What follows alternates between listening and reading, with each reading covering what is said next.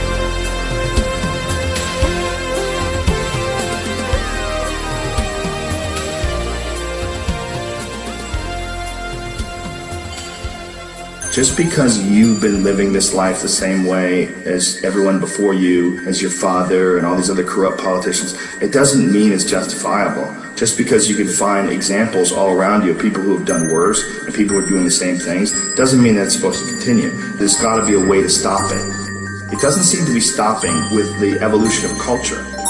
Our entire civilization is built on a foundation of unfixable bullshit.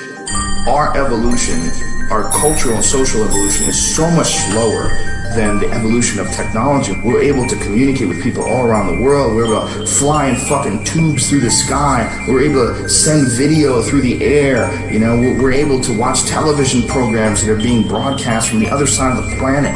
I mean, we have this incredible technological capabilities, but socially, we're just a bump ahead of where we were in the 50s. Just a little.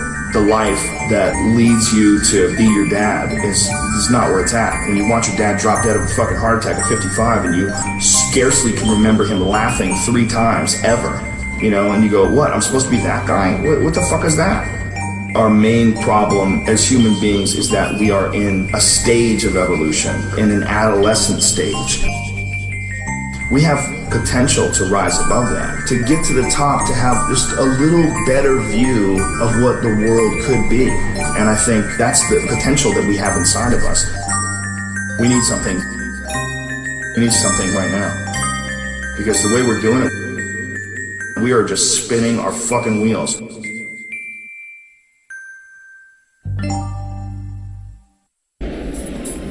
It's a beautiful world.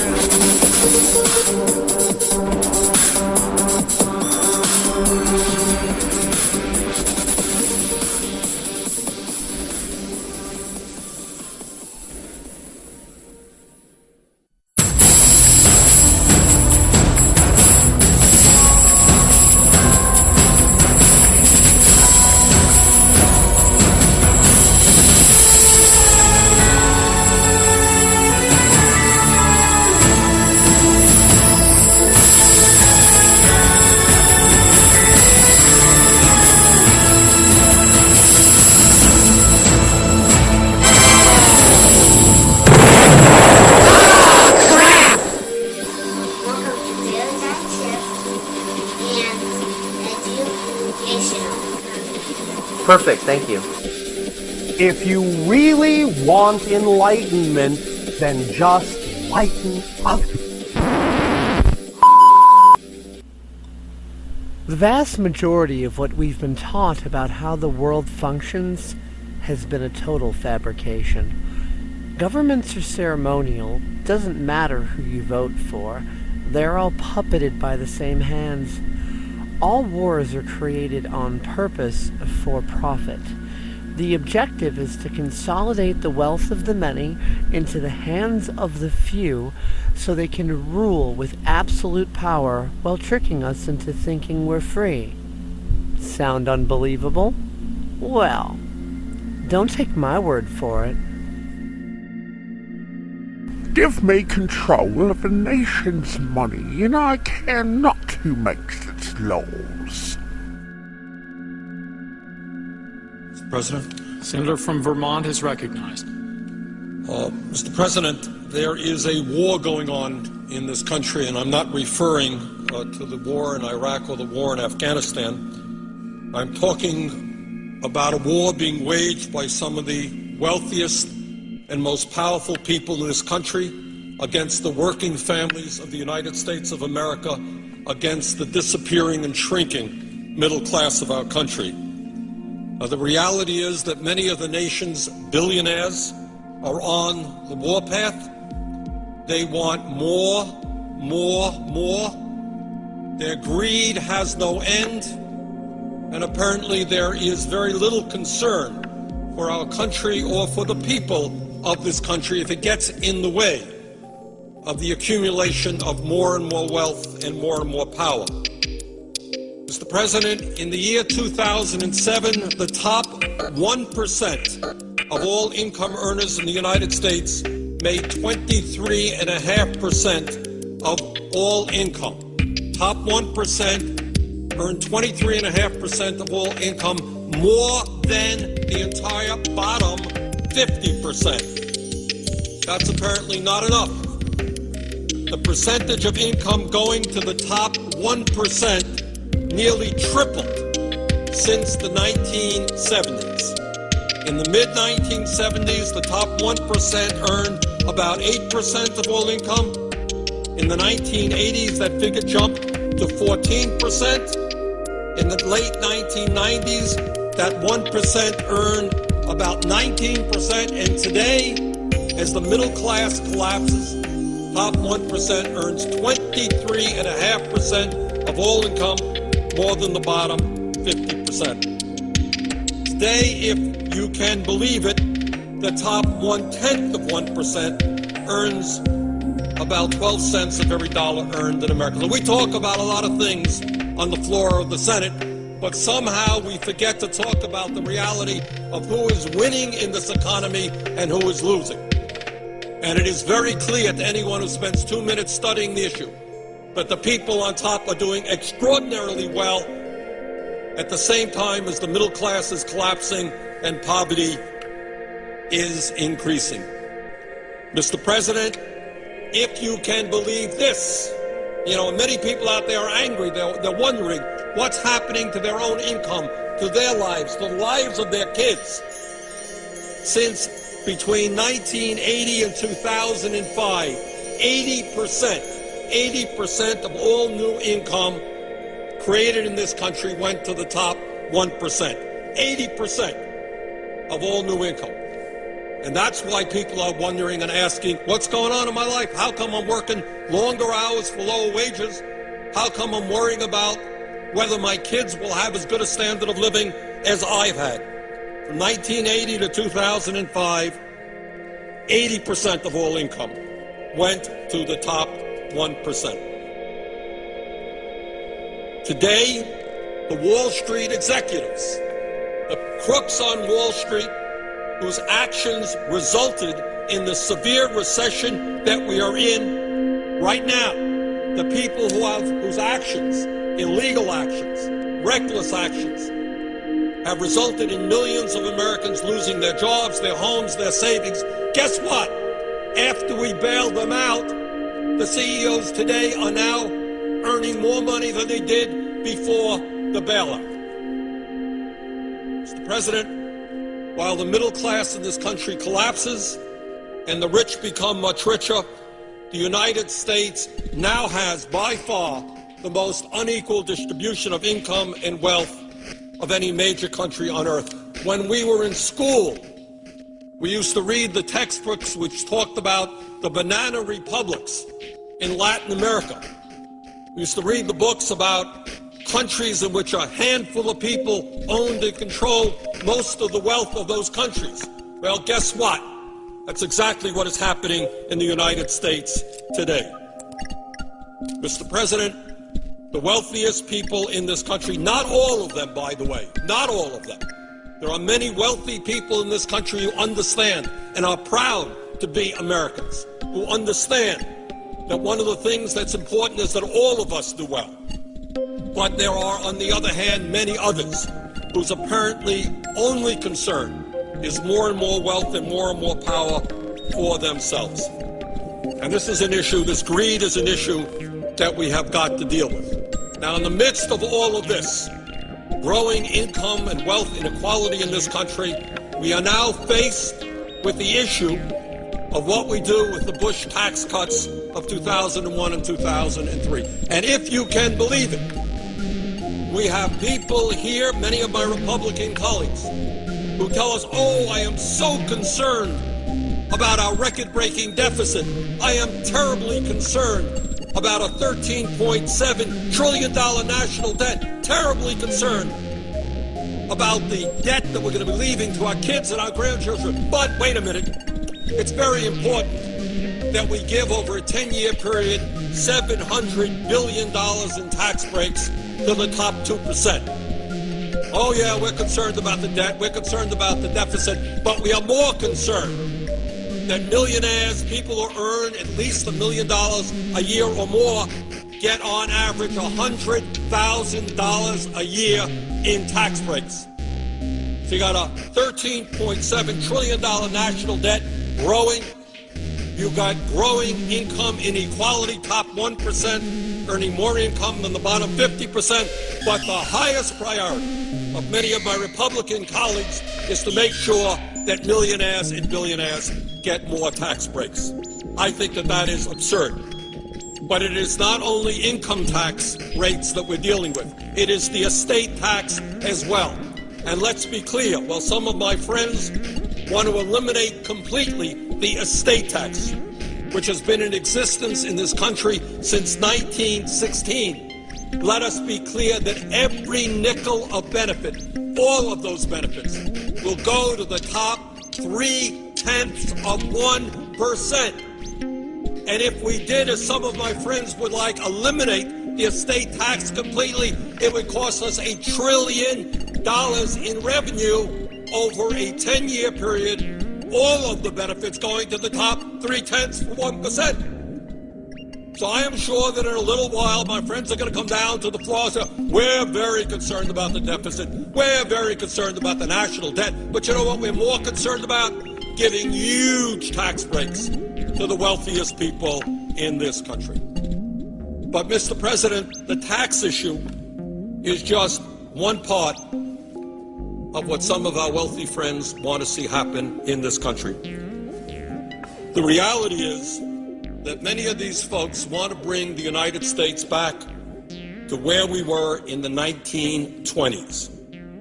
And they want to do their best to eliminate all traces of social legislation which working families fought tooth and nail to develop to bring a modicum of stability and security to their lives. There are people out there, not all, but there are some who want to privatize or completely eliminate Social Security. They want to privatize or cut back substantially on Medicare. Yeah, if you're 75 years of age and you have no money, good luck to you getting your health insurance at an affordable cost from a private insurance company. I am just sure there are all kinds of private insurance companies out there just delighted to take care of low-income seniors who are struggling with cancer or another disease. Mr. President, furthermore, there are corporate leaders out there and many members of Congress who not only want to continue, they want to expand our disastrous trade policies. My wife and I went shopping the other day, started our Christmas shopping. And we looked and virtually every product that was out there in the store consumer products was China, China, and China. We seem to be a country in which we have a 51st state named China, which is producing virtually all of the products that we as Americans consume. Our trade policy has resulted in the loss of millions of good-paying jobs as large corporations and CEOs have said, why do I want to reinvest in America when I can go to countries where people are paid 50 cents, 75 cents an hour? That's what I'm going to do, to heck with the working people of this country. So not only are we saddled with this disastrous trade policy, there are people who actually want to expand it. Now, one of the things that we're going to see going on is that while we struggle with a record-breaking deficit and a large national debt caused by the wars in Iraq and Afghanistan, caused by tax breaks for the wealthy, caused by an unpaid-for Medicare Part D prescription drug program, caused by the Wall Street bailout, driving up the deficit, driving up the national debt, that some people can say, oh my goodness, we got all of those expenses, and then we got to give tax breaks to millionaires and billionaires, but we want to balance the budget. Gee, how are we going to do that? Well, obviously, we know how they're going to do that. We're going to cut back on health care. We're going to cut back on education. We're going to cut back on child care. We're going to cut back on Pell programs. We just don't have enough money for working families and their needs. We're going to cut back on food stamps. We're surely not going to expand unemployment compensation. We got a higher priority, Mr. President. We have got to give tax breaks to billionaires. I mean, that's what this whole place is about, isn't it? They fund the campaigns. They get what's due them. Mr. President, amazingly enough, we have our friends on Wall Street, the CEOs of the large financial institutions. They want to rescind or slow down many of the provisions, the very modest provisions in the financial reform bill. I voted for the financial reform bill, but I will tell you clearly it did not go anywhere near far enough, but it went too far for our Wall Street friends and their lobbyists who are all over here. And for the hundreds of millions of dollars Wall Street spends on this place, they want to rescind, slow down some of the reforms there. These people want to cut back on the powers of the EPA and the Department of Energy so that ExxonMobil can remain the most profitable corporation in world history, while oil and coal companies continue to pollute our air and our water. Last year, ExxonMobil made $19 billion in profit. Guess what? They paid zero in taxes. They got a $156 million refund from the IRS. I guess that's not good enough. We've got to give the oil companies even more tax breaks. So, Mr. President, I think that's where we are. We've got to own up to it. There is a war going on. The middle class is struggling for existence, and they're taking on some of the wealthiest and most powerful forces in the world whose greed has no end. And if we don't begin to stand together and start representing those families, there will not be a middle class in this country. Mr. President, with that, I would yield the floor. President. Senator from...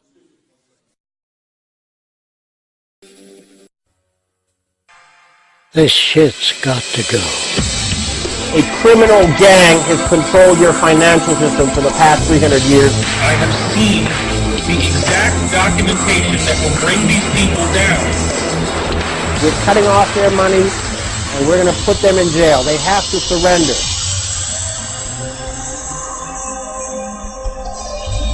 With the internet, we've all been made aware. Whether we want to face it or not, we all know what's going on. Secret organizations of the world power elite are no longer secret.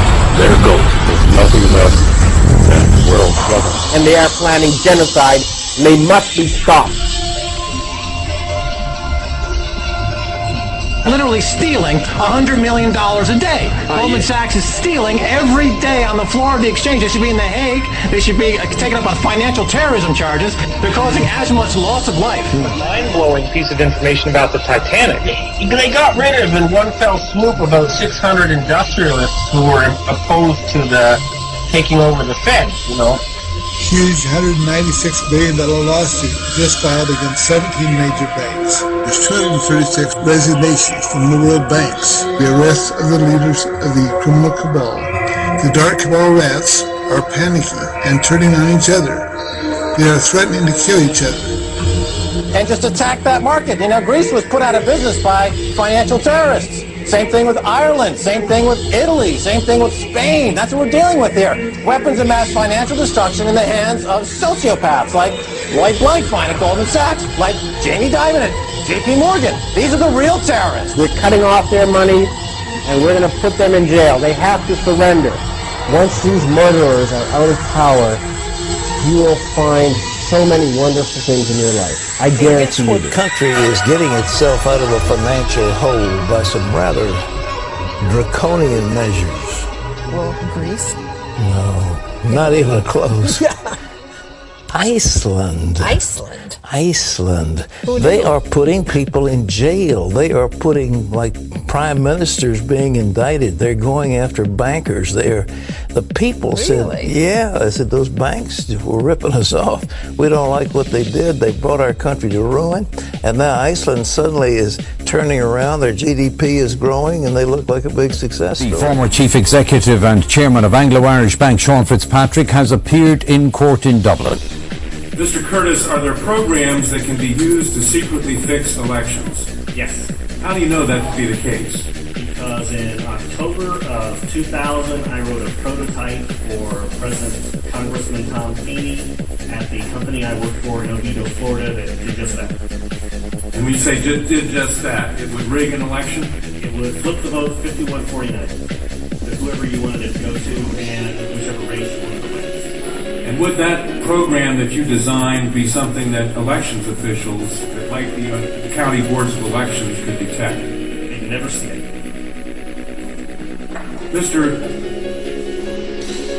Well, Sean Fitzpatrick arrived at the courts complex here behind us just after 9 o'clock this morning. He was put into a Garda van at the Bridewell Garda station and driven here. He had been arrested at 5:37 a.m. at Dublin Airport. He had flown back in from the United States in the early hours of the morning, and he met officers from the Garda Bureau of Fraud Investigation and officers working for the Director of Corporate Enforcement by arrangement. There was an appointment made and they met at Dublin Airport. A 31-year-old man was arrested in London earlier today. A guy you could say had a bit of a gambling problem. Just how much money did he lose while working as a trader at the investment bank UBS? Just $2 billion. Treasury Secretary Timothy Geithner potentially facing criminal charges. You would have to view it either in the source code or you'd have to have a receipt and then count the hard paper against the actual vote total. Other than that, you won't see it. Now to the Treasury Secretary Timothy Geithner, potentially facing criminal charges that it paid banks, including Goldman Sachs, every penny on the dollar for toxic credit default swaps. Those are insurance-like contracts for financial institutions that aren't regulated and don't have to be backed by cash. All the evidence we have, every single indicator is that this is all Mr. Holmes' activity and that he wasn't particularly aided by anyone else. Well, I noticed the guy walked in from into the auditorium, sat into the very front row to the far right, and he got a phone call, and most people, when they get phone calls in theaters, they go straight out into the lobby to answer it. This person went directly to the emergency exit to take his phone call, which I thought was unusual. If we've been asked to make a program that could fix the election, sure, anybody could. No, could you have designed a program or a procedure or a protocol that would have protected Ohio against this kind of rigging? No, you have to look at the source code. Geithner was the president of the New York Federal Reserve Bank in the fall of 2008 when the Federal Reserve and the Treasury and the White House and the Congress decided to bail out AIG. Right. In the process of that bailing out of AIG, many documents were exchanged. If you went to the bank to borrow money, you had to fill out documents. One of the documents AIG filled out said, "We owe X dollars to Goldman Sachs and we plan on paying them 100 cents on the dollar." According to Bloomberg, emails that came out yesterday say that lawyers for the Federal Reserve Bank said, "We were told to strike this from the form so that AIG would not reveal to the Treasury Department or to the public that this money was going to be paid to Goldman Sachs because that's a politically toxic issue. Goldman Sachs making a fortune, making 100 cents on the dollar with federal funds. Now, if you go to buy a $25 savings bond from the federal government and you falsify the document to acquire that bond, you can go to jail. That's right. If you borrow $185 billion from the government, like AIG did, and you falsify a document, even if the government told you to do so, the people involved can go to jail. Debate in India over thousands of crores of black money being stashed away in secret Swiss bank accounts. A former Swiss banker has handed over details of offshore accounts of 2,000 high net worth individuals to the whistleblowing website WikiLeaks. Rudolf Elmer, a former employee of a Swiss bank, handed over 2 disks of information to WikiLeaks founder Julian Assange in London. He says they have information on tax evasion by celebrities, business leaders, and even politicians from the US, Britain, and Asia, but it's not yet clear if there are Indians on the list. Elmer says that after years of watching the money laundering trade, he wanted to do something about it. He will appear before a Zurich court on Wednesday, charged with violating strict Swiss banking secrecy laws. WikiLeaks now plans to put up the information on the website in a matter of weeks. Pointed out that the arrests are not an indication of a systemic failure. Yesterday, at least 8 top officials of state-run banks and financial institutions have been arrested by the CBI on Wednesday. The allegations are that they accepted bribes in exchange for dispersing loans to corporate housing and realty companies, despite suspect credit records, and at other times were bailing out realty IPOs. I mean, it's a simple program. You're adding 1 to a person's total. It's 100 lines of code tops. Sure. Tim Geithner was the president of the New York Federal Reserve Bank in the fall of 2008. Goldman Sachs making a fortune, making 100 cents on the dollar with federal funds. He seemed like he had his foot propped open by the door, and from the crack, it looked like he was signaling somebody or looking for somebody to come his way. As I was sitting down to get my seat, I noticed that a person came up to the front row, to the front right, sat down, and as credits were going, I noticed it seemed like he got a phone call. So he went out towards the emergency exit doorway, which I thought was unusual, to take a phone call. And it seemed like he probably pried it open or probably did not let it latch all the way. Given the availability of such vote rigging software and the testimony that has been given under oath of substantial statistical anomalies and gross differences between exit polling data and the actual tabulated results, do you have an opinion whether or not the Ohio election, presidential election, was hacked? Yes, I would say it was. I mean, if you have exit polling data that is significantly off from the vote, then it's probably hacked. President Obama, Democratic leaders have decided to bypass a formal House and Senate conference committee in order to reconcile those 2 health care bills. Instead, White House and Democratic leaders will hold informal, that's another word for secret, negotiations. Royal Bank of Scotland is reportedly set to be fined €186 million for the same interbank interest rate rigging scandal that's hammered Barclays. The British regulator, the Financial Services Authority, says 4 banks, Barclays, RBS, HSBC and Lloyds, will have to pay compensation to customers because they missold products to protect small businesses against a rise in interest rates.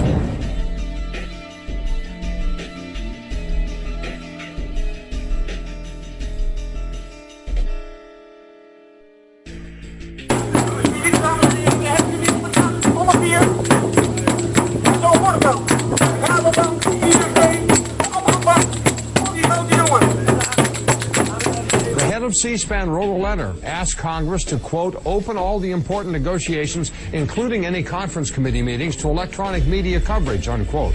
When White House Press Secretary Robert Gibbs was asked whether the administration would support televising the negotiations, he refused to answer, instead mumbling something about, well, I haven't seen the letter. That wasn't the question, Mr. Gibbs. You either support openness or you don't. Who did you say you were asked to prepare? I was asked by Tom Feeney. He's now a congressman. At that time, he was Speaker of the House of Florida, Yang Enterprises, which is the company I work for, lobbyist, and their corporate attorney. He wore a lot of hats. And at the time, he was the Speaker of the House of Florida. Is that what you said? Yes. Okay, thank you. He's one of the most influential men in the world, but no amount of money can buy his freedom. 62-year-old IMF head Dominique Strauss-Kahn spent the night in a jail cell in an East Harlem police station. It was a far cry from his $3,000 a night luxury hotel suite at the Sofitel in Times Square. That's where cops say he sexually assaulted a 32-year-old maid, chasing her around the suite naked, trying to rip off her underwear, then forcing her to perform a sex act. It's almost like they're not human, isn't it? You look at them and you think these people don't live in the same world as us. Do you remember that before the crisis happened, what they were doing was decimating the high street banks? He asked you to design a code to rig an election. Yes. While he was Speaker of the Florida House. Yes. This was during or previous to the 2000 election? Yes, October into September. Laying off all their staff, putting us all on computers when they clearly hadn't developed the technology for those computers. They told us that they were doing that to make things better for us. They didn't. They made things worse for us. And it was simply in order to collect up an enormous amount of money that they could invest in the casino of international banking. And they blew it because they didn't understand it. And then they come back to us and say, oh, can you bail us out now for hundreds of millions of pounds? We give them the flipping money and they don't lend it to us even though they've promised to do so. Have the gall to increase their wages by 12%, to give themselves bonuses and say we've got to do this because if we don't we'll leave the country. And I handed that in to Mrs. Yang and said, here's your report, here's your program. And she said, you don't understand, we need to hide the fraud in the source code. Hide the fraud, not reveal the fraud. Not reveal the fraud because we needed to control the vote in South Florida. That's what she said. To your knowledge, was this used? I have no idea. And all the time, actually, in the background, they're committing acts which in any other business I think would be seen as criminal. I have no respect for British bankers and the British banking system at all. They've dragged us into that situation. It's about time they started getting us out. Another posh New York City hotel, another hotel maid saying she was sexually assaulted by another foreign banker. Entering into the synchronized global pullback or recession, and in some cases a depression, then these items are coming to the surface. For example, the 20 to 30 trillion of wealth that's held offshore. And most of that wealth, of course, goes through Britain, goes through the UK. Oh, the exit polls should not be significantly different from the vote. And if they were, you would conclude what? I would conclude someone's playing with the vote. Not with the exit polls? That's possible too. Okay, something is definitely skewed. Something is skewed in one of the other votes. Right. To select which one, you have to see where the problem is. Because Britain has the least regulated financial markets in the world. That's why MF Global was in Britain. Lehman Brothers went through Britain. Bernie Madoff went through Britain.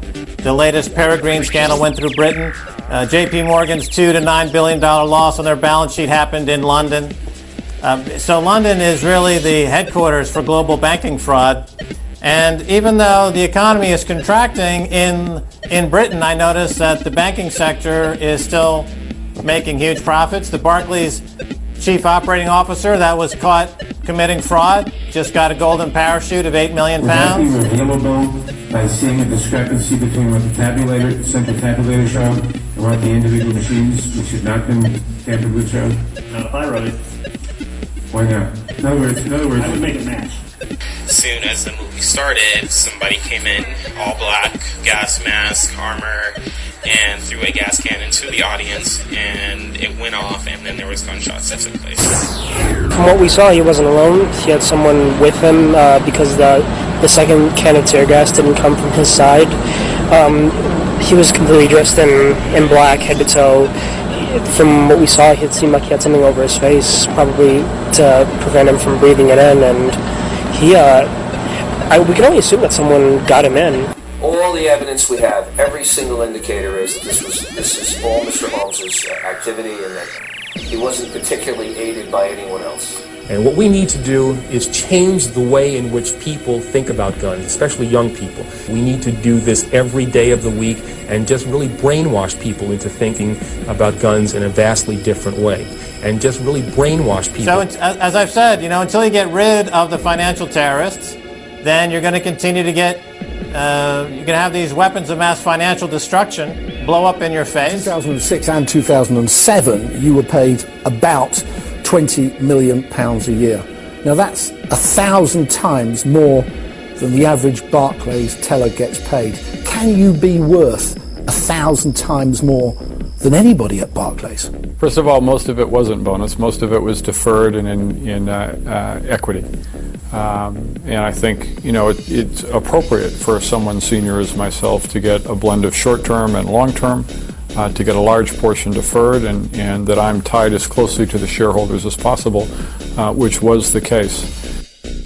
The contract is Academy, formerly known as Say Services, or XE, formerly known as Blackwater USA, formerly known as Blackwater Worldwide. Yes, they change their name all the time because of video and negative publicity, like these videos leaked by a former member of the contract group show its members opening up their doors of their SUVs, driving down the streets of Baghdad, indiscriminately firing upon civilians with their AK-47s, running over cars with their Humvees, hitting people who are driving and obeying the rules of the road, running a female pedestrian over and not really stopping or radioing in for help just because they can. I think market-based compensation is something that is important, and incentives are important.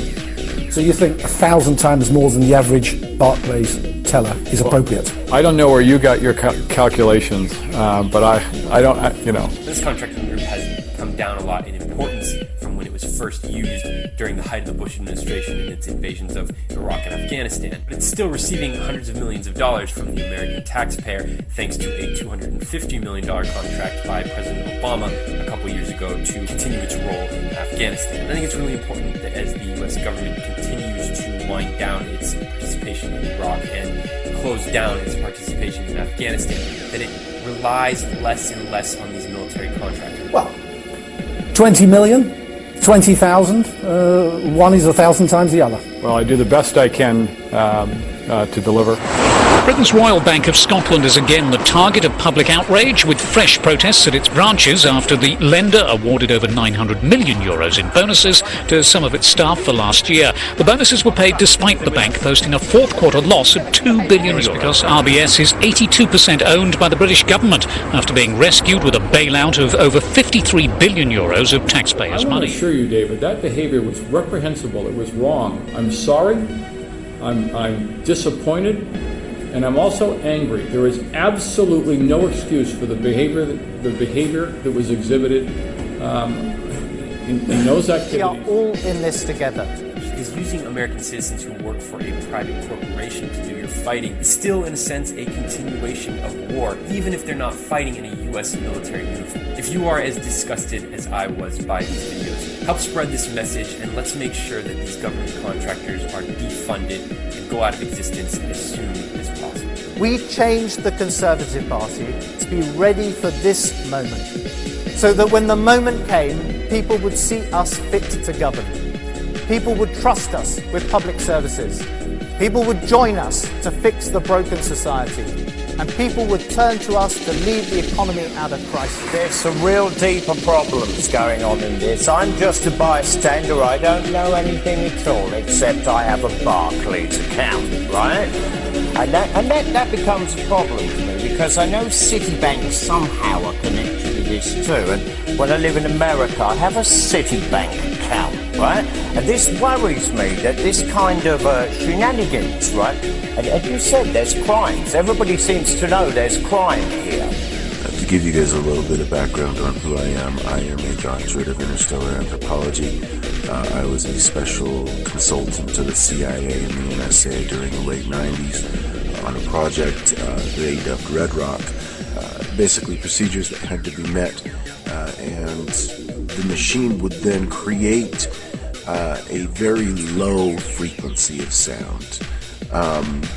This was capable of moving large stones. This was capable of destroying your enemies. This was capable of creating rain. This was capable of creating earthquakes. This was basically the most powerful device ever to be on this planet.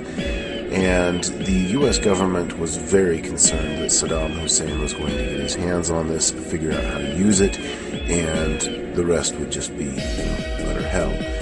So I was brought in to figure out how we could get in there and find the device. If they could come up with some pretext to get us into Iraq, was what they said, would you know where to look for it and how to remove it? I explained to them what they would need from just a pure physics standpoint to remove the device and transport it. After about 5 minutes of them discussing it, they said that could be arranged and they'd get back to me. And indeed, over the next few years, I was called in on multiple occasions to consult with them. Now, how on earth is Parliament going to discuss this, really, when both sides, left and right, are connected to this, right? It doesn't just... Now, it's important to note that these people were not typical government employees. They were very well dressed, very well manicured, very well mannered people. It was pretty obvious to me from early on that I was dealing with folks from the global power structure, old money, if you will. And they sat me down and basically told me off. They said that, listen, I had no idea who they were and what right they had to use it. This doesn't just go back to Brown, right? This is part of the ongoing problem. Mr. Diamond comes from Wall Street, right? Hello. Both parties love this idea. They're fiddling with rates, right? And they were deathly serious. And these were people who had never missed a meal. They had never gone without. I don't think they'd ever had a bad thing happen to them in their lives, and they were scared to death by the prospects of what would happen if they couldn't get this to work. Now, it's important to note here that the global power infrastructure has been in place for millennia. It doesn't matter who's President of the United States. It doesn't matter who's Secretary General of the United Nations. It doesn't matter what Hugo Chavez does or what Vladimir Putin does or doesn't do. And it doesn't matter how many treasury bills the Chinese buy up from the U.S. Treasury. What matters is that a select few on this planet control a vast majority of the wealth. They're affecting the world, and everything we used to count on as being dependable and accurate is now going to be discussed by these argumentative chaps. There's never going to be a conclusion in that. Who do you want to see? I won't do it. Listen, if I nick a motor, right, I'm going to be up before the judge, the Rosa, right? Hello, same thing. But for right now, suffice it to say, there is a reason why everybody wants to buy your gold. Right now, they're doing everything that they can, the powers that be, to keep a lid on one of the biggest heists in history, which is the fact that Fort Knox is empty. The U.S. gold reserves were looted and taken to France. From France, they were taken to Belgium, and currently they reside, I believe, somewhere in Russia. The gold reserves in China, however, are very attractive to these folks, and they are planning a series of attacks. The Stuxnet computer worm virus that attacked Iran's nuclear reactors was designed by this group. I've always just referred to them as the powers that be. The mainstream media is controlled by them. They don't report on them. The stories that come out about them are quickly shuffled to the side or laughed off as just being silly. But these folks do control the world, and the reason they want to try to keep things from going bananas is they want to be able to buy up as much gold as they can. Judge! I'm not in charge. You are. I have no authority over you or anyone else. On the contrary, you have authority over me. Think of me as a spokesperson for all the people of the world, controlled by you through social media. Before we get into how that works, let's take a look at this map. Now, this is us. A bunch of lines, divisions, boundaries. Countries competing for limited resources, economic domination, religious superiority. Competition is healthy when it comes to cricket or Facebook travel pictures, but this is just stupid. Let's zoom out and get another perspective. To scale, our solar system is a grain of sand in the Sahara Desert, and this little pixel is our only home. Yet we're sucking up resources like there's no tomorrow, breeding like rabbits, strangulating other species out of existence. Plastic waste in the ocean is growing larger than most countries, with nothing in place to stop it. Industries that are harming our planet are so powerful they can prevent or slow down cleaner technology for the sake of short-term profit. Governments, justice systems, the media are all influenced by self-interest groups whose actions often conflict with the well-being of humankind. Obviously, the world is full of a lot of good people, but as a whole, we're contributing to a system that's broken. We're going down a bad path. So, how do we fix it? Together, through social media, we can influence world leaders and industries to start improving the world as opposed to ruining it. We know this will work because history has repeatedly shown us that leaders and industries must follow public opinion or they fail. Sharing this video, endorsing it, tweeting it, goes a long way toward the creation of a legitimate global democracy. Because the more people unite in one place, the more powerful their voice becomes. Because I know what they were trying to do, they want me dead, and they'll stop at nothing to see that happens. They blew up an entire wing of my university, destroying my lab, destroying my records, destroying my work, just to try to kill me. A Greek departure from the currency would inflict collateral damage, says PIMCO. At worst, it could spur sovereign defaults in Europe, as well as bank runs, credit crunches, and recessions that may spark more euro exits. Have a sense, if we imagine the kind of world we would face if the people who bombed the Best Hall in Mosul, or the people who did the bombing in Spain, or the people who attacked the United States in New York, shot down the plane over Pennsylvania, attacked the Pentagon. Look, Greek exit at worst means more money printing for the banks, and they've already priced that into their stocks and their bonuses. What they're really afraid of is that a country finds its inner gonads and decides to become politically independent. That's what they're fearful of. A country standing up for itself. They want Iceland to be just contained. They don't want Greece to stand up for itself. They don't want Ireland to stand up for itself, because then they would tell the bankers to stuff it. That's the real problem. They threaten this financial terrorism, which is false. It's false. These are false attacks. It was a false attack in 2008. It was a concocted, overcooked attack in 9/11. It's a false attack.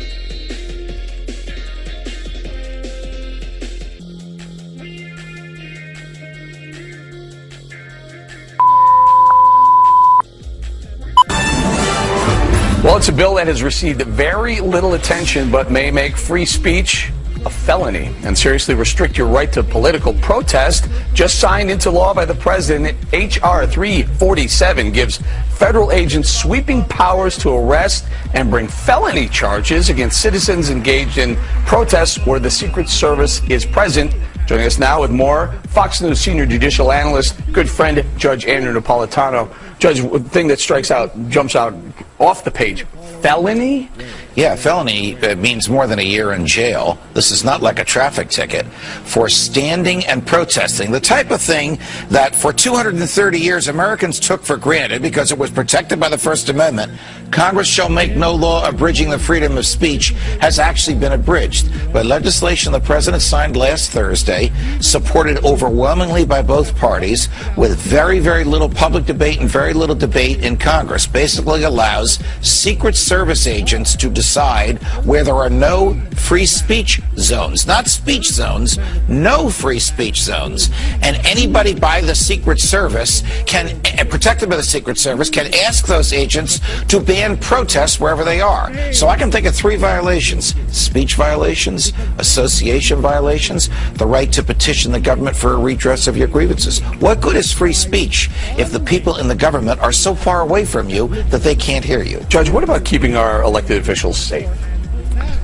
Keeping our elected officials safe is entirely different from insulating them from protest. The fact that the president is going to a hotel up the block should not bar you from standing across the street with a sign or with a bullhorn saying what you think about the president's policies. That is not a threat to him, and it is a part of American history since day one that we have the right to speak freely to, about, and against those in the government. Judge, do you think this is going to be one of those laws that is on the books but not enforced? I think it's one of those laws that's going to be enforced when the government wants it enforced. The problem, Eric, is it puts a lot of unbridled discretion in the hands of Secret Service agents who may very well say, you know what, boss, you've had a rough day. We'll keep everybody away from you. Or, you know what, boss, this crowd likes you, so we're going to let them. We're going to let you hear them. That's suppressing speech on the basis of its content, and that has been expressly prohibited by the First Amendment since day one. What dictates the Secret Service is present? In other words, aren't they present all over Washington, D.C.? Well, they are, and that's a great question, because this law also allows the president to give Secret Service protection to whoever he wants. I'll give you a bizarre example. His campaign managers are coming to Washington to confer with him about the campaign. He can give them Secret Service protection. And then the Secret Service can say to the kids in the streets, you can't shout at David Axelrod, because the campaign manager, because the Secret Service is protecting him. This is a slow, creeping destruction of some of our basic liberties, and the president signed it in secret. And now some of the Secret Service are going to be providing services for the candidates now as well, right? Correct. So correct. People aren't going to be able to have their opinion about the candidates? If the Secret Service so declares, you won't be able to shout at them. Judge, got to go. The economy's not bad. Sorry about that. Lady from Ohio. The only way they can pass this bill is by creating and sustaining a panic atmosphere. That atmosphere is not justified. Many of us were told in private conversations that if we voted against this bill on Monday, that the sky would fall, the market would drop 2,000 or 3,000 points the first day, another couple thousand the second day, and a few members were even told that there would be martial law in America if we voted no. That's what I call fear-mongering. Unjustified. Proven wrong. We've got a week, we've got 2 weeks to write a good bill. The only way to pass a bad bill, keep the panic pressure on. Mr. Speaker, Vice President Cheney, members of Congress, distinguished citizens and fellow citizens. Every year, by law and by custom, we meet here to threaten the world.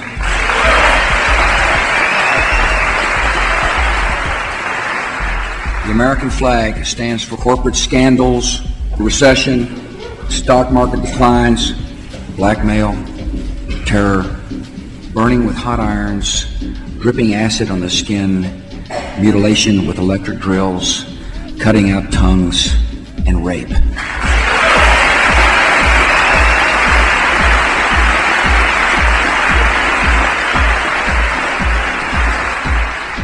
Our first goal is to show utter contempt for the environment. I have sent you a comprehensive energy plan to devastate communities, kill wildlife, and burn away millions of acres of treasured forests.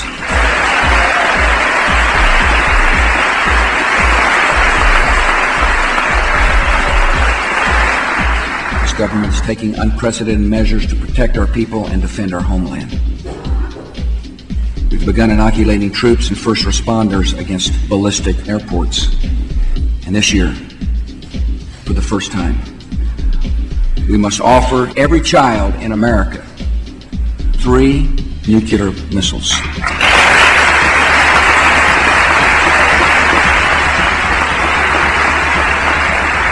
To date, we have arrested or otherwise dealt with 400 billion key commanders of Al-Qaeda, which is enlisting tens of thousands of new volunteers across America. They include a man who directed logistics and funding for the CIA. One of them is found at the Department of Defense. One by one, the terrorists are learning we are building a culture to encourage international terrorism.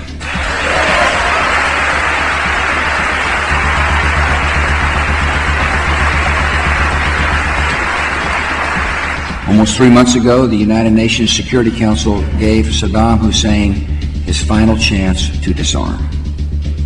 The British government has learned that Saddam Hussein recently had an advanced nuclear program chemical in his arsenal, even while inspectors were in his country.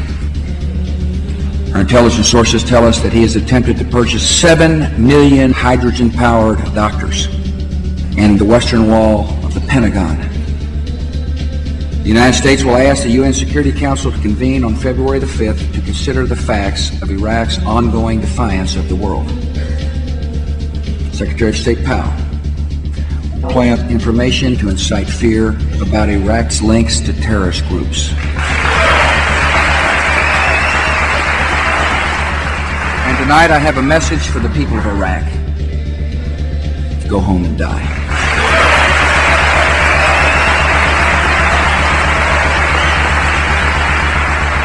Trusting in the sanity and restraint of the United States is not a strategy, and it is not an option.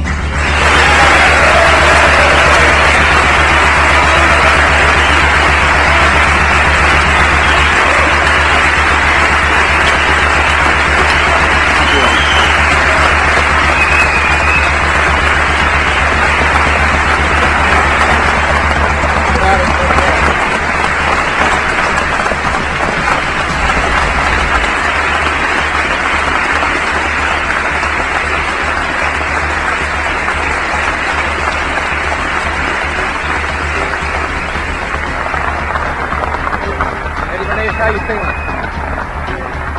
Feeling okay?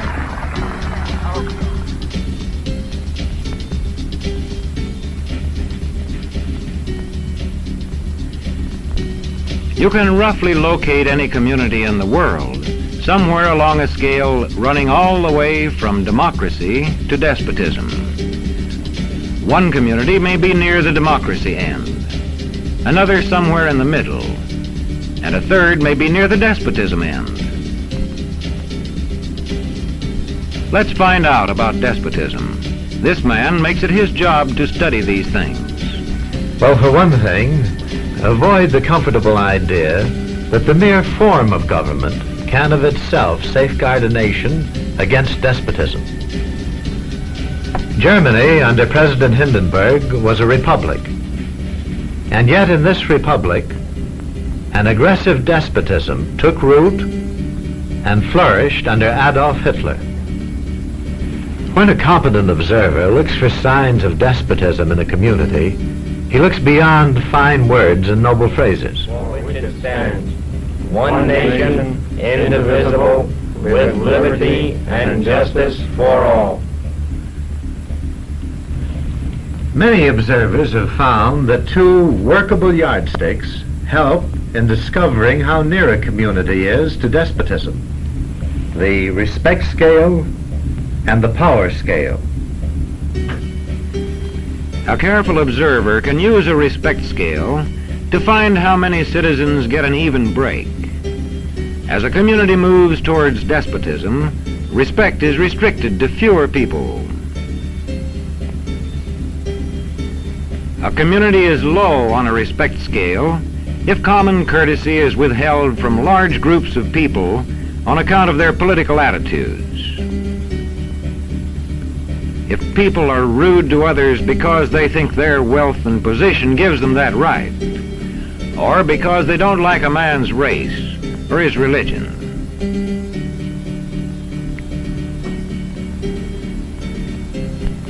Equal opportunity for all citizens to develop useful skills is one basis for rating a community on a respect scale.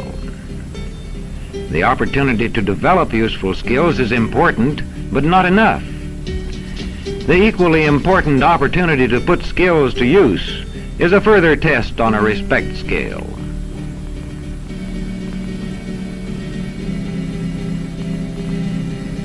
A power scale is another important yardstick of despotism. It gauges the citizens' share in making the community's decisions. Communities which concentrate decision-making in a few hands rate low on a power scale and are moving towards despotism. Like France under the Bourbon kings, one of whom said, "The state, I am the state." Today, democracy can ebb away in communities whose citizens allow power to become concentrated in the hands of bosses. What I say goes, see? I'm the law around here. The test of despotic power is that it can disregard the will of the people. It rules without the consent of the governed.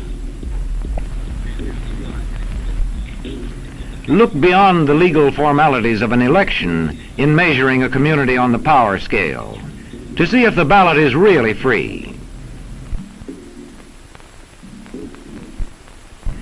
If the citizens can vote only the way they're told, a community approaches despotism.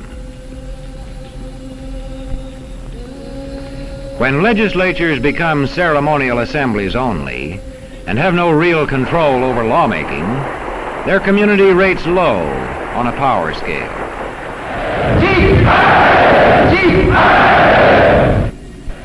In a downright despotism, opposition is dangerous whether the despotism is official or whether it is unofficial.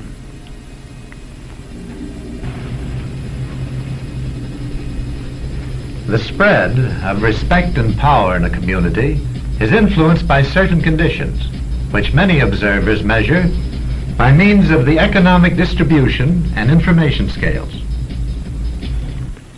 If a community's economic distribution becomes slanted, its middle-income groups grow smaller, and despotism stands a better chance to gain a foothold. Where land is privately owned, one sign of a poorly balanced economy is the concentration of land ownership in the hands of a very small number of people. When farmers lose their farms, they lose their independence. This one can stay on, but not as his own boss anymore. To the extent that this condition exists throughout a nation, the likelihood of despotism is increased. In communities which depend almost entirely on a single industry, such as a factory or mine, maintaining economic balance is a challenging problem.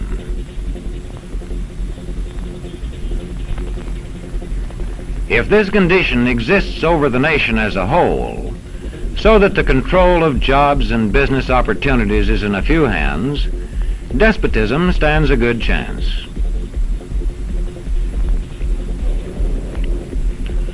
Another sign of a poorly balanced economy is a taxation system that presses heaviest on those least able to pay. A larger part of a small income is spent on necessities such as food. Sales taxes on such necessities hit the small income harder. In the days of the salt tax, feudal despotisms were partly sustained by this and other forms of sales tax.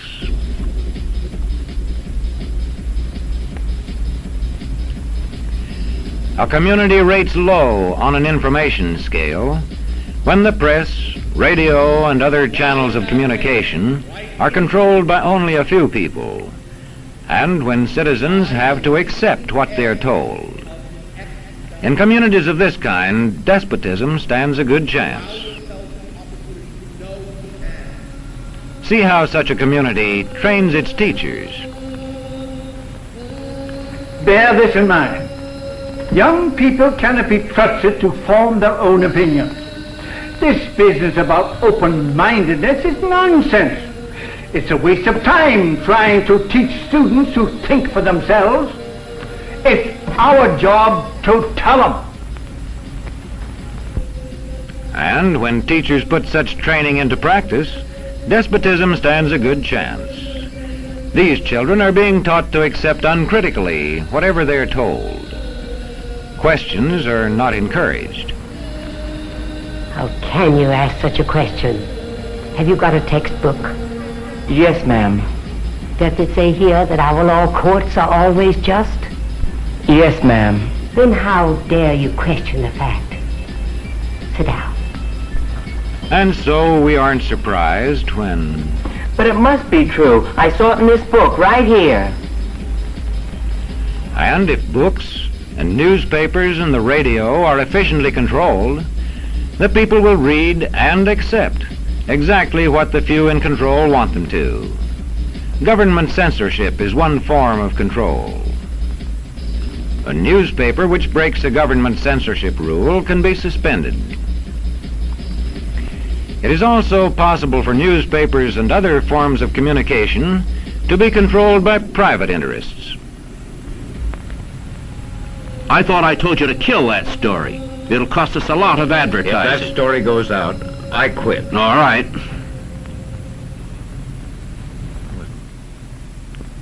What sort of community do you live in? Where would you place it on a democracy-despotism scale? To find out, you can rate it on a respect scale and a power scale. And to find out what way it is likely to go in the future, you can rate it on economic distribution and information scales. The lower your community rates on economic distribution and information scales, the lower it is likely to rate on respect and power scales, and thus to approach despotism.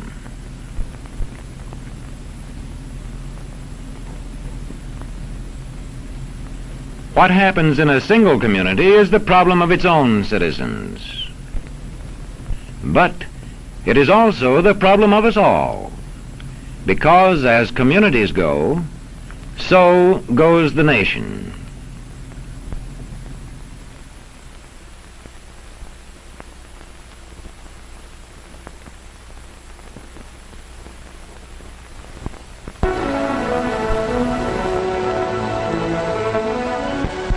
On the train with $200. He couldn't see any harm in a friendly game of cards.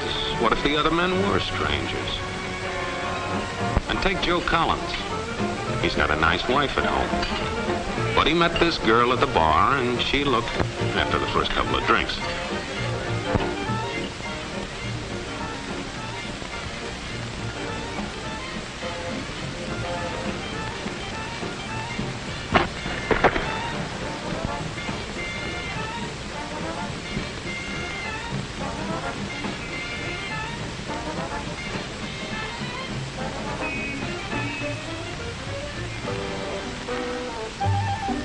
there's a good old-fashioned word for people like us. We call them suckers. And there are other people. People who stay up nights figuring out how to take away what they've got. There are all kinds of games. Mike here, for instance. He's got everything in me. He's young, he's healthy, got a job. And he's got plenty of food. Big factories to make things a man can use. Big cities to do the business of a big company. And people. Lots of people. Enough to work the farm and build the factories, dig the mines, and run the business. All kinds of people. People from different countries with different religions, different colored skins. Free people. They can live together and work together and build America together because they're free. Free to vote, to say what they please, go to their own churches, to pick their own jobs. Yeah, Mike's got something, all right. He's got America. But there are guys who stay up nights figuring out how to take that away from him. I happen to know the facts. Now, friends, I'm just an average American. But I'm an American. And some of the things I see in this country of ours make my blood boil. I see people with foreign money. I see Negroes holding jobs that belong to me and you.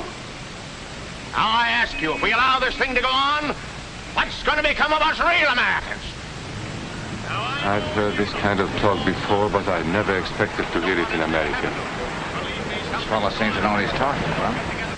What are we real Americans going to do about it? You'll find it right here in this little pamphlet. The truth about Negroes and foreigners. The truth about the Catholic Church. Do you believe in that kind of talk? That makes pretty good sense to me. And I tell you, friends, we'll never be able to call this country our own until it's a country without. Without what? Yeah, without what? Without Negroes. Without alien foreigners. Without Catholics. Without Freemasons. You know these people. What's wrong with the Masons? I'm a Mason. Hey, that fellow's talking about me. And that makes a difference, doesn't it? These are your enemies. These are the people who are trying to take over our country. Now you know them. You know what they stand for. And it's up to you and me to fight them. Fight them and destroy them before they destroy us. Thank you.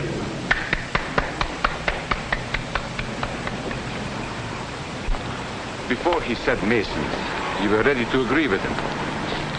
Well, yes, but he was talking about... What about those other people? But in this country, we have no other people. We are American people also. What about you? You aren't American, are you? I was born in Hungary, but now I am an American citizen. And I have seen what this kind of talk can do. I saw it in Berlin. What were you doing there? I was a professor at the university. I heard the same words we have heard today. But I was a fool then. I thought Nazis were crazy people, stupid fanatics. But unfortunately, it was not so. You see, they knew that they were not strong enough to conquer a unified country. So they split Germany into small groups. They used prejudice as a practical weapon to cripple the nation. Of course, that was not easy to do. They had to work hard to do it. You see, we human beings are not born with prejudices. Always they are made for us. Made by someone who wants something. Remember that when you hear this kind of talk. Somebody is going to get something out of it. And it isn't going to be you. This is not classroom theory. I saw it happen. I saw it first in Berlin in 1932. 5 young men that I knew were standing in the crowd listening to the Nazi speaker. Eric was a Catholic. Anton, a student of mine, was a Jew. Heinrich owned a small hardware store. Karl was a farmer. And Hans was an unemployed metal worker. To all Bavarian Germans, I say it is time you inherited the nation which rightfully belongs to you. To you alone belongs the glorious destiny of the greater Germany. The Nazi Party will provide land for the farmer, work for the worker, and profits for the small businessman. Who is getting these things now? The Jew. The Jew who has stolen our nation and our birthright. Who makes all the money and takes all our jobs? The Jew! He must be shunned. He must be ostracized. He must be eliminated. And the Catholics. We don't want our great nation run by a foreign church. We Germans will know what to do with these people when the time comes. They and their faith must be destroyed. Then there are the Freemasons.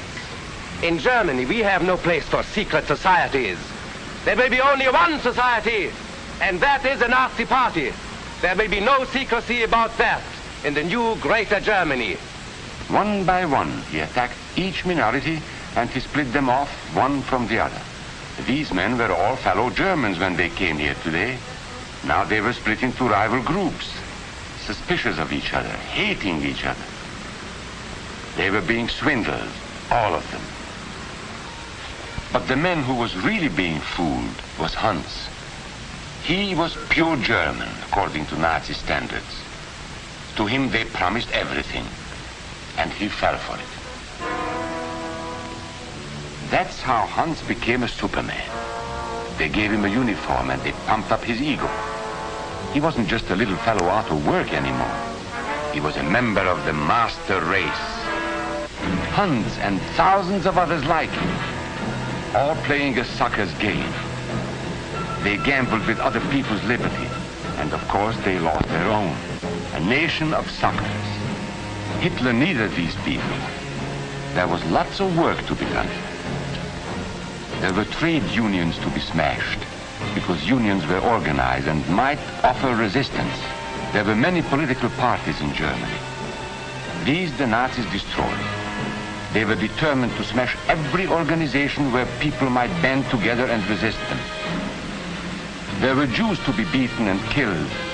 The Jews were not powerful, but they were a convenient excuse for all the nation's ills. And besides, a Nazi party member could not take over this man's store. Hundreds of Catholics were put in jail because the Catholic Church had strength and could resist the Nazi drive for power. They had split the nation into 100 pieces, and then one by one, they had destroyed the pieces. Over these broken pieces, the Nazis rode into power.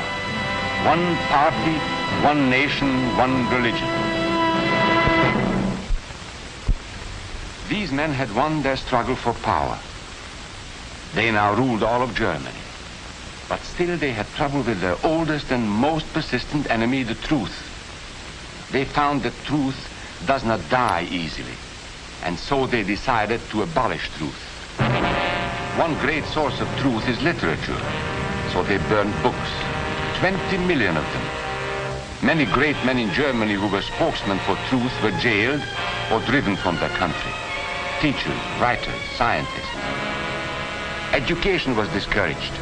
In 5 years, college attendance dropped 53%. It was forbidden to listen to a British radio program or read an American newspaper. In Nazi Germany, you had to get your information from Dr. Goebbels. He knew what was best for you. The church was one force in Germany still strong enough to proclaim the truth in public. This Catholic priest was arrested the following day on charges of immorality. The Protestant church also continued to try and fight for truth. The Nazis put this man in a concentration camp. There were others who spoke for truth, and I am proud to say that educators were among them. And what, may I ask, is an Aryan? I don't know myself. But let us see what our present so-called authorities have to say about it. They say he is tall,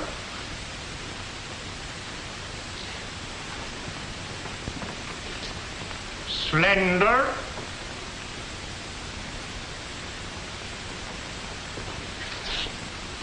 blue-eyed, and blonde. There is no Aryan race. And more important, there is no master race. There are people who may find these ideas convenient, but science cannot support them. There is no scientific proof that there's any correlation between a man's racial characteristics and his native ability or character. In all racial groups, we find the same range of potentialities. We find idiots and geniuses. We find criminals and philanthropists. We must judge each man as an individual and not by the color of his skin or his eyes or by the length of his nose.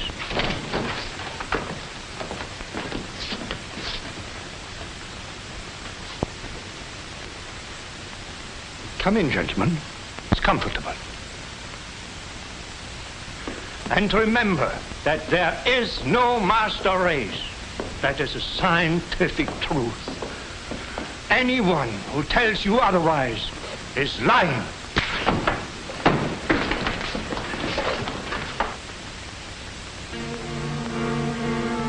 so for all practical purposes, truth had been abolished in Germany.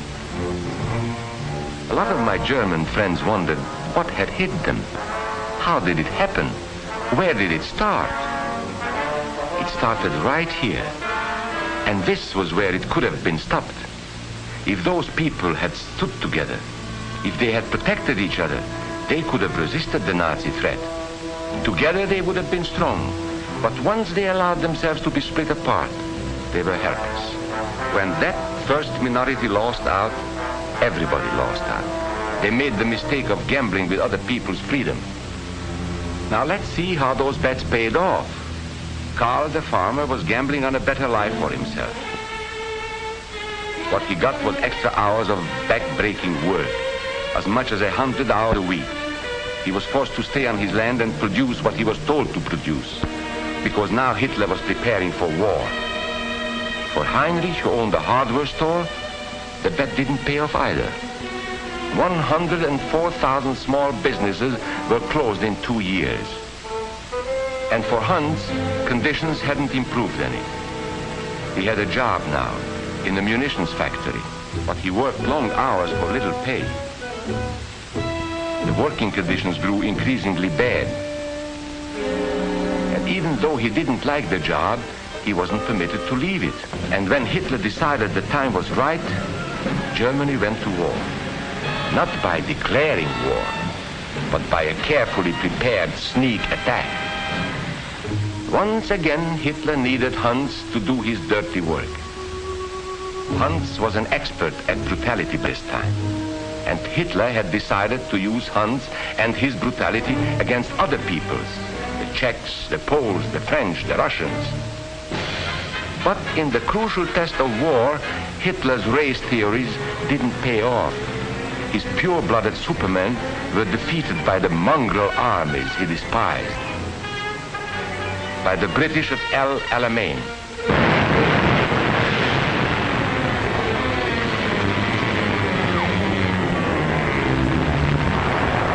By the Russians at Stalingrad.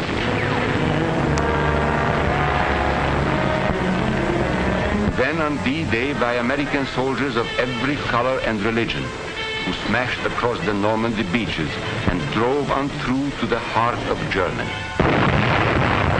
For the misguided Germans who had swallowed the Nazi bait, the Nazi game did not pay off.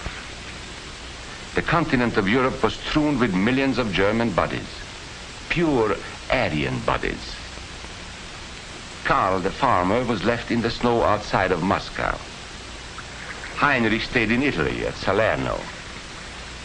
And Hans, who was going to rule the world, got only a little patch of Normandy that he could call his own. We must never let that happen to us or to our country. We must never let ourselves be divided by race or color or religion, because in this country we all belong to minority groups. I was born in Hungary.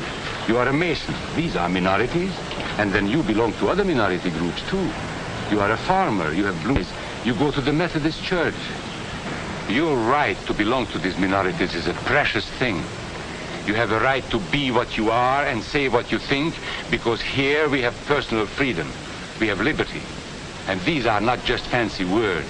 This is a practical and priceless way of living. But we must work at it.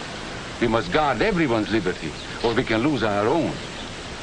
If we allow any minority to lose its freedom by persecution or by prejudice, we are threatening our own freedom.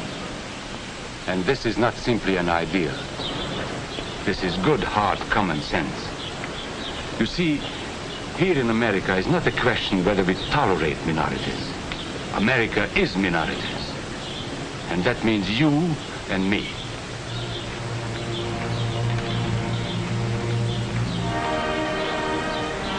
So let's not be suckers. We must not allow the freedom or dignity of any man to be threatened by any act or word. Let's be selfish about it. Let's forget about we and they. Let's think about us.